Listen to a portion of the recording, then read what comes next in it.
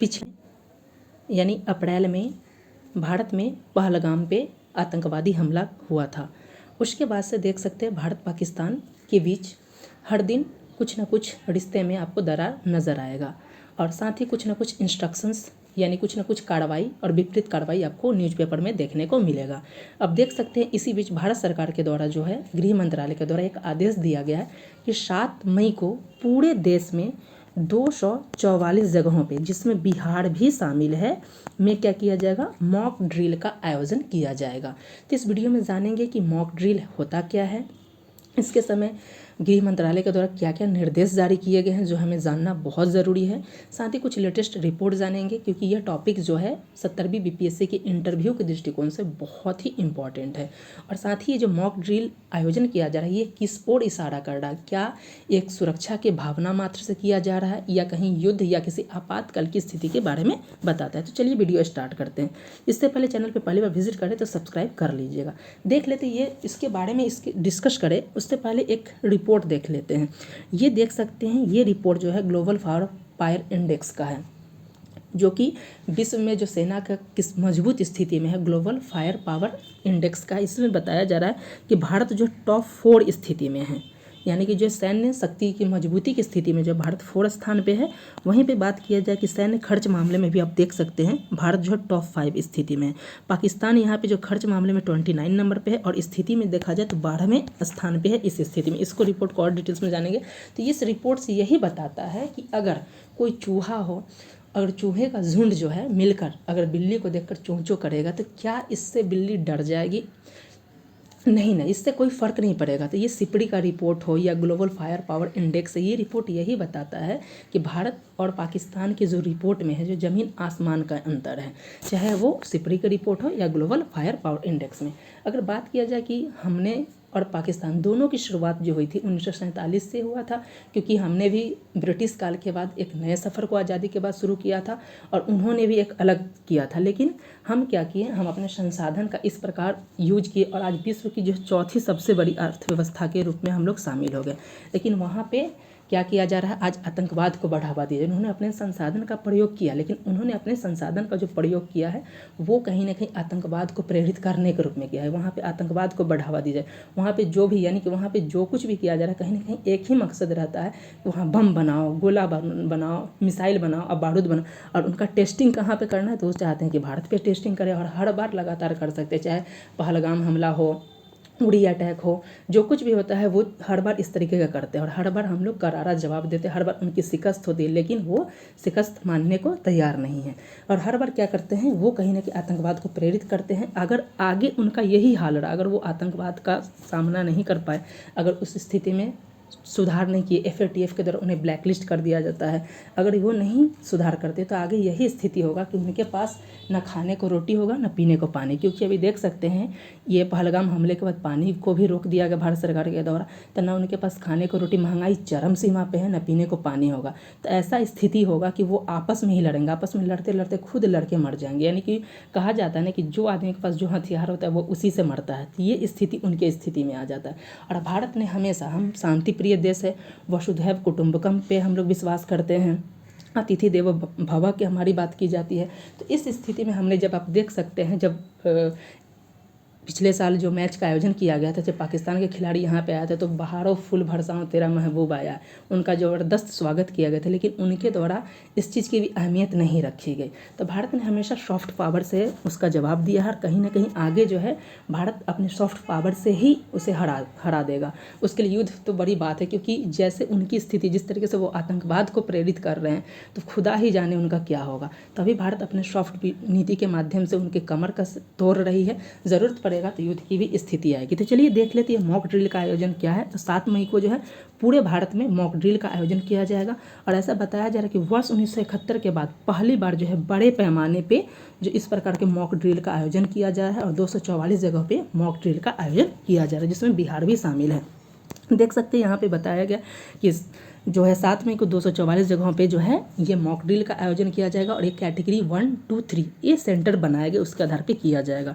बिहार में बताया जाए तो बिहार के 6 जिलों में भी मॉक ड्रिल का आयोजन किया जाएगा और जो है 6 जिले कौन कौन है ये इंपॉर्टेंट है क्योंकि आपके प्रीलिम से पूछे जाएंगे। तो ये देख लेते हैं 6 जिले में कौन कौन है। तो ये यहाँ पर आप लिस्ट देख सकते हैं। ये 6 जिले में है पूर्णिया, कटिहार, किशनगंज, अररिया, पटना और बेगूसराय। ये 6 जिले हैं जहाँ पे मॉक ड्रिल का आयोजन किया जा रहा है 244 जगहों में। तो पूछा जा सकता है आपसे प्रीलिम्स में कि मॉक ड्रिल का आयोजन कब किया गया है। तो ये 7 मई को किया गया। पूरे देश में 244 और बिहार में 6 जगहों पर किया गया है। ये पूर्णिया, कटिहार, किशनगंज, अररिया, पटना और बेगूसराय इनमें शामिल है। देख सकते हैं अगर आप 70वीं बीपीएससी के लिए अगर आप कर रहे हैं तो क्या कट ऑफ जा सकता है, इसके वीडियो बना दिए गए। इसके लिए क्या इंपॉर्टेंट टिप्स है इंटरव्यू के लिए, इसके वीडियो को बना दिया। आप देख लीजिएगा, आपके लिए काफ़ी हेल्पफुल होगा। और ये टॉपिक खास करके ये बहुत इंपॉर्टेंट क्योंकि आपसे इंटरव्यू में पूछे जा सकते हैं कि क्या युद्ध होना चाहिए या नहीं होना चाहिए, भारत सरकार का क्या रुख होना चाहिए। तो वहाँ पर आपके बहुत डीपली प्रश्न पूछे जाएंगे। तो ये जो टॉपिक है आप इसे देख कर एक आपको आइडिया लग सकता है कि आपको किस तरीके से अपने इंटरव्यू को ले जाना है। साथ ही अगर आप देख सकते हैं कि बहुत सारे कमेंट आया था कि करंट अफेयर्स की कैसे, तो करंट अफेयर्स की लगातार क्लासेस हो रही हैं डेली, वीकली और मंथली, आप देख सकते हैं। उसके अलावा देख सकते हैं 71वीं बीपीएससी में बिहार एसएससी जितने भी एग्जाम्स होंगे टॉपिक पूछे जाएंगे। 71वीं बीपीएससी से संबंधित अगर कोई क्वेरी है तो आप जरूर इसे देख लीजिएगा। अब बात किया जाए कि मॉक ड्रिल क्या होता है, तो मॉक ड्रिल को आप क्या कर सकते हैं, एक प्रकार का टेस्ट समझ सकते हैं। जैसे एग्जाम से पहले हम लोग क्या करते हैं, टेस्ट करते हैं ना कि क्या वो कैसा है। जैसे आप बड़े बड़े रेस्टोरेंट में भी जाते हैं, कुछ लगता है कि वहाँ महंगा खाना है तो उससे पहले क्या करते हैं, एक छोटा सा 5 दोस्त हैं तो एक आइसक्रीम मंगा के एक खा लेते हैं, ताकि लगता है 5 खा लेते हैं, अच्छा लगता है तो फिर 5 ऑर्डर करते हैं। तो उसी तरीके से ये मॉक ड्रिल एक प्रकार का टेस्ट सीरीज है। एग्जाम देने से पहले हम लोग टेस्ट सीरीज करते हैं ताकि हमारी कहाँ कमी है, कहाँ पे सुधार करना है, क्या मजबूती है और ख़ास करके एग्ज़ाम के दिन हमें किस प्रकार परफॉर्म करना है। तो वही किया जा रहा है कि ये जो है मॉक ड्रिल एक आयोजन किया जा रहा है जिसमें युद्ध के समय में, आपातकाल के समय में जो आपात की स्थिति होती है उस स्थिति में जो है नागरिक को क्या करना है उस चीज़ की जानकारी दी जाती है ताकि अलर्ट रहे कि अगर देश में आपातकाल युद्ध की स्थिति हो तो उस दौरान नागरिक सतर्क रहें और उस चीज़ का क्या कर सके, अपना उस स्थिति से निपटने में सहायता की जाए। इसी तरीके से लगभग 244 जगहों पे जो क्या किया जाएगा 7 मई को जो ये क्या किया जाएगा, आपके मॉक ड्रिल का आयोजन किया जाएगा। देख सकते हैं इस दौरान जो जारी निर्देश दिया गया है इसमें बताया जा रहा है, कहीं ना कहीं इसमें बताया गया कि गृह मंत्रालय के द्वारा ये जो मॉक ड्रिल सिर्फ सुरक्षा के एहतियात की ज़रूरत के लिए है, पैनिक होने की आवश्यकता नहीं है, इस चीज़ की तरफ बताया गया। मॉक ड्रिल के दौरान बताया गया कि क्या क्या करना है। तो संध्या 6:58 से 7 बजे तक सायरन बजेगा। फायर ब्रिगेड और थानों की गाड़ियों से सायरन बजाया जाएगा। 7 से 7:10 तक ब्लैकआउट यानी कि बिजली नहीं चलाना होगा। साथ ही ये भी आम आदमी से अपील किया गया है कि क्या करना है, तो इस दौरान जो आपको मोबाइल के फ्लैश लाइट को ऑन नहीं रखना है। 10 मिनट तक का है, 10 मिनट की बात है, आप कर सकते हैं, एज ए नागरिक होने के नाते इतना कर सकते हैं। इस दौरान मोबाइल से लाइट जाने की बात भी की गई है। रिहर्सल है, किसी पैनिक होने की आवश्यकता नहीं है। ये 5 पॉइंट ऐसे हैं जिन पे बहुत ज़रूरी है करना, तो ये सारी चीज़ें आप देख सकते हैं। तो हवाई हमले के दौरान जो है चेतावनी देने वाले सायरन को बजाया जाएगा। नागरिक को ट्रेनिंग दिया जाएगा कि खुद को कैसे सुरक्षित रखेंगे। मॉक ड्रिल जो होगा उस दौरान जो ब्लैकआउट, बिजली बंद रहेगा। कारखाने और ठिकाने में छिपने के वक्त बताया जाएगा कि कैसे छिपना है। और साथ ही जो है लोगों को जो गंभीर स्थिति, खराब स्थिति वाले जोन से सेफ जोन पे कैसे ले जाना, इस चीज़ के बारे में बताया जा रहा है कि देश में कब जो मॉक ड्रिल का आयोजन किया गया था। तो बताया जाए 1971 में जो है बांग्लादेश जब निर्माण हुआ तो उस समय बताया जा रहा है कि पाकिस्तान और भारत के बीच जब युद्ध छिड़ा हुआ था तो उस दौरान भी मॉक ड्रिल का आयोजन किया गया था। लेकिन उसके बाद से पहली बार ऐसा हो रहा है जो इतने बड़े पैमाने पर जो है ये मॉक ड्रिल का आयोजन किया जा रहा है। बताया जा रहा है कि भारत में टोटल 35 यानी राज्य और केंद्र शासित प्रदेश को मिलाकर 259 सिविल डिफेंस डिस्ट्रिक्ट बनाएगा। आपसे पूछे जाएंगे कितने डिस्ट्रिक्ट है, तो 259। इनको 3 कैटेगरी में बांटा गया, कैटेगरी 1, कैटेगरी 2 और कैटेगरी 3। कैटेगरी 1 जो होता है बहुत सेंसिटिव जोन होता है, वैसे जगह पे होता है बहुत, जैसे नई दिल्ली है ऐसा सेंसिटिव जोन है, तो वहाँ पे ये बनाए गए हैं। यूपी का नौरौरा है, वहाँ पे जैसे हमारा न्यूक्लियर पावर प्लांट है तो उसको कैटेगरी 1 में डाला गया और कैटेगरी 1 में 13 जिले शामिल हुए। वहीं कैटेगरी 2 में 201 और कैटेगरी 3 में 45 डिस्ट्रिक्ट है। बिहार में जो है कैटेगरी 1 में कोई नहीं है। बिहार से टोटल कितने शहर है तो याद रखें, कन्फ्यूज नहीं होता। बिहार में जो है कैटेगरी 2 और कैटेगरी 3 मिलाकर टोटल 5 जिले या शहर आप बोल सकते हैं शामिल हैं। और मॉक ड्रिल का जो आयोजन जो होगा वो 6 जिले में होगा। इस पॉइंट को ध्यान रखिए, कन्फ्यूज नहीं होइएगा। तो ये 4 जिले जो कैटेगरी 2 में हैं, बरौनी, कटिहार, पटना और पूर्णिया। बरौनी, कटिहार, पटना और पूर्णिया। और कैटेगरी 1 में सिर्फ एक है बेगूसराय। इसके अलावा जो मॉक ड्रिल का आयोजन 6 जगहों पर किया जाएगा। ये गृह मंत्रालय का लिस्ट है, आप देख सकते हैं। यहाँ पे कैटेगरी 1 में दिया गया, आप देख सकते हैं दिल्ली दिया गया, सारी चीज़ें हैं। लगभग 35 राज्य और यूनियन टेरिटरी का इसमें दिया गया।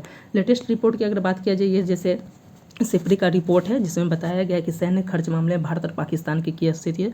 तो प्रथम जो सैन्य खर्च मामले पे जो सबसे ज़्यादा सैन्य पे खर्च करता है, आप इस रिपोर्ट का रेफरेंस लेकर क्या कर सकते हैं, आप अपने इंटरव्यू में इसका प्रयोग कर सकते हैं। तो अमेरिका पहले स्थान पे है, दूसरा स्थान पे चीन है, तीसरे स्थान पे रूस है, चौथे स्थान पे जर्मनी है और 5वें स्थान पे भारत है। आपके प्रीलिम्स से भी पूछा जाएगा कि सैन्य खर्च मामले में भारत किस नंबर पे, तो भारत 5वें स्थान पे और पाकिस्तान जो है 29वें स्थान पे। वहीं जो ग्लोबल फायर पावर इंडेक्स की बात किया जाए, जो अभी हाल ही में जारी किया गया है, ग्लोबल फायर पावर इंडेक्स, तो इस जो ये बताता है कि कौन सा देश की सेना कितनी मजबूत है। तो इस स्थिति में देख सकते हैं पहले स्थान पे जो है यूएसए, दूसरे स्थान पे रूस है, तीसरे स्थान पे चीन है और भारत जो है चौथे स्थान पे। तो भारत चौथे स्थान पे है ग्लोबल फायर पावर इंडेक्स। पहले 3 था, अब चौथे पे आ गया। तो इस पॉइंट को भी ध्यान रखिएगा। और पाकिस्तान की बात किया जाए तो यहाँ पे है 12वें स्थान पे। तो इस चीज़ का हर बार जो वो गिदर भभकी देता है, तो गिदर भभकी देने से काम नहीं चलेगा। वास्तविकता में उन्हें आना पड़ेगा, नहीं तो इस बार देश चुप नहीं बैठेगा। पहलगाम हमले के बाद भारत की तरफ क्या क्या कार्रवाई की गई है, तो ये देख सकते हैं। बहुत ही इंपॉर्टेंट 5 एक्शन प्लान है, इंपॉर्टेंट है, पूछा जाएगा। तो 23 अप्रैल को जो है सिंधु जल समझौता जो 1960 में किया गया था, उसको भारत सरकार के द्वारा रद्द कर दिया गया और जितने भी इससे संबंधित जो नदियां हैं उसके पानी को रोका गया है। अटारी वाघा बॉर्डर को बंद कर दिया गया है। पाकिस्तानी वीज़ा को रद्द कर दिया गया है। पाकिस्तान के जो उच्चायुक्त यहाँ पे रहते हैं उनको भी उनकी सीमा को घटा दिया गया है, संख्या कम कर दिया गया है। आतंकी ठिकानों पर कार्रवाई किया गया है। 30 अप्रैल को डिजिटल स्ट्राइक किया गया और पाकिस्तान के जो है 16 यूट्यूब चैनल को, याद रखिएगा कितने, 16 यूट्यूब चैनल को और एक सेंट्रल साइट्स को बैन कर दिया है। साथ ही हवाई क्षेत्र को 23 मई 2025 तक बंद कर दिया गया है। 2 मई को IMF से पाकिस्तान के लोन की समीक्षा को कहा है। उसके अलावा देख सकते हैं 3 मई को जो इंपोर्ट पे यानी आयात पे रोक लगा दिया गया। 4 मई को जो है चिनाब नदी का पानी भी रोक दिया गया है।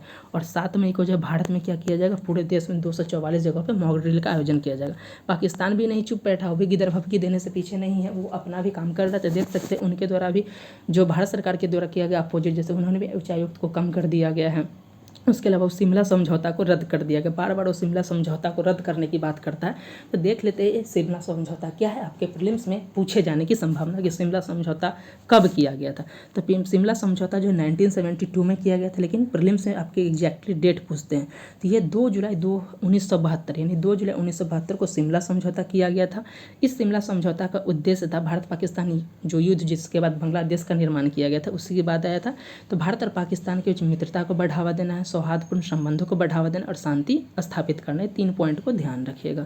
और किसके किसके बीच है, तो भारत और पाकिस्तान के बीच। तो भारत से कौन थे इसमें, तो ये थे प्रधानमंत्री इंदिरा गांधी, उनके द्वारा, और पाकिस्तान के जो राष्ट्रपति थे जुल्फिकार अली भुट्टो, इसके द्वारा इस पर सिग्नेचर किया गया था। तो याद रखिएगा ये शिमला समझौता 2 जुलाई 1972 को किया गया था।